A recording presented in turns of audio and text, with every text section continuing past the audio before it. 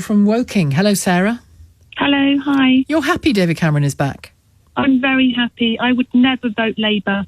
Never. I don't know why people think that the Labour Party are just going to come in and then wave a magic wand and everything will be completely different and better. Nobody thinks that. Nobody thinks that. Yes, they do. Everybody. Yes, I do. You are so left anti-Tory. I've been listening to you. Everybody thinks that the Labour government are going to wave a magic wand. Everything's going to be better. Everything's going to be different. They haven't even heard the policies of the Labour Party yet. You know, and one of the policies of putting 20% VAT tax on private schools, you know, I think the people that really work hard and are saving and choose, it's their choice to send their child to a private school, and the Labour Party are going to tax those people. I would never, never vote for the Labour Party. Is that the key policy for you?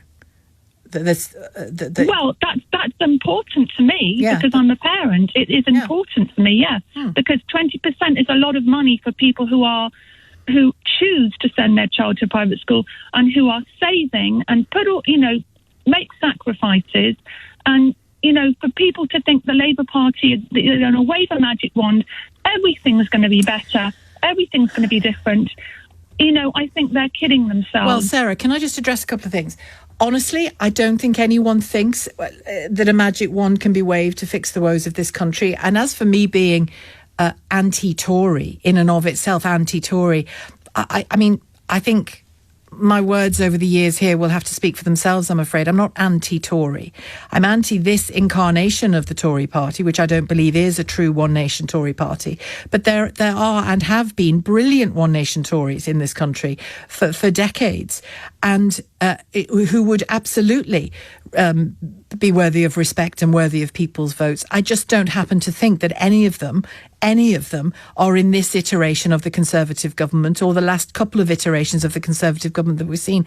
I promise you believe me or don't believe me, but I promise you I am not anti-Tory, and nor am I, and again I think my words can be judged on this as well, nor am I instinctively pro-Labour either, because when I came of age politically at 18, 19, when I was just still a schoolgirl actually, the Labour Party was telling Margaret Thatcher she was destroying Liverpool, and to some degree she was destroying elements of it. The far left of the Labour Party were busy destroying the city I'm from and love. So I'm actually quite apolitical when it comes to party politics. I don't favour either of them particularly, and I find party politics rather alarming and silly, but it's what we've got. It's all we've got.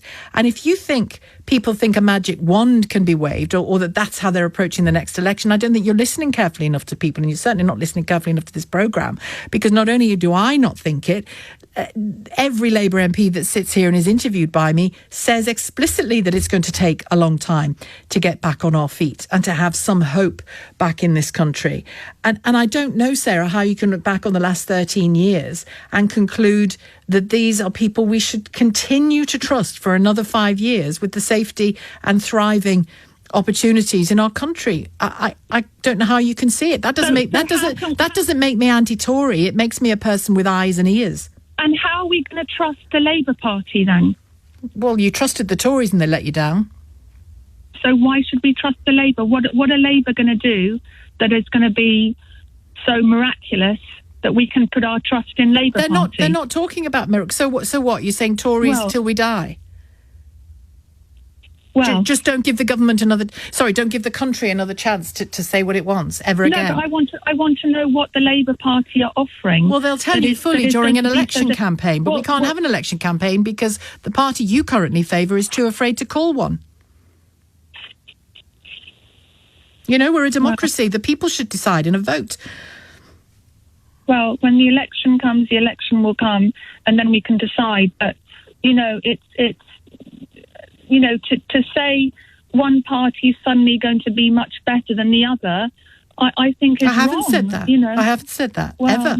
Because you've been implying that. No, I haven't. I've been implying that what we've got is so disastrous that it needs to ask the country if we still want this as our government. That's all I'm saying. I don't know if Labour will make a hames of being in government or not. And the second they have any power, I'll challenge them every bit as much as I challenge the Conservatives. But they're not in power, Sarah. The people you currently favour are in power. The country's in a mess. More people are in destitution. More people are in poverty. The health service is in a mess. Doctors are on strike. Immigration has gone to pot. Our borders aren't controlled. Everything they said they would do, they won't do. They said they were going to get rid of elites, and we've just had an unappointed, an unelected former Prime Minister made Foreign Secretary. I mean, I don't think you do have eyes and ears if you think that's something we should stick with. It's 3:00.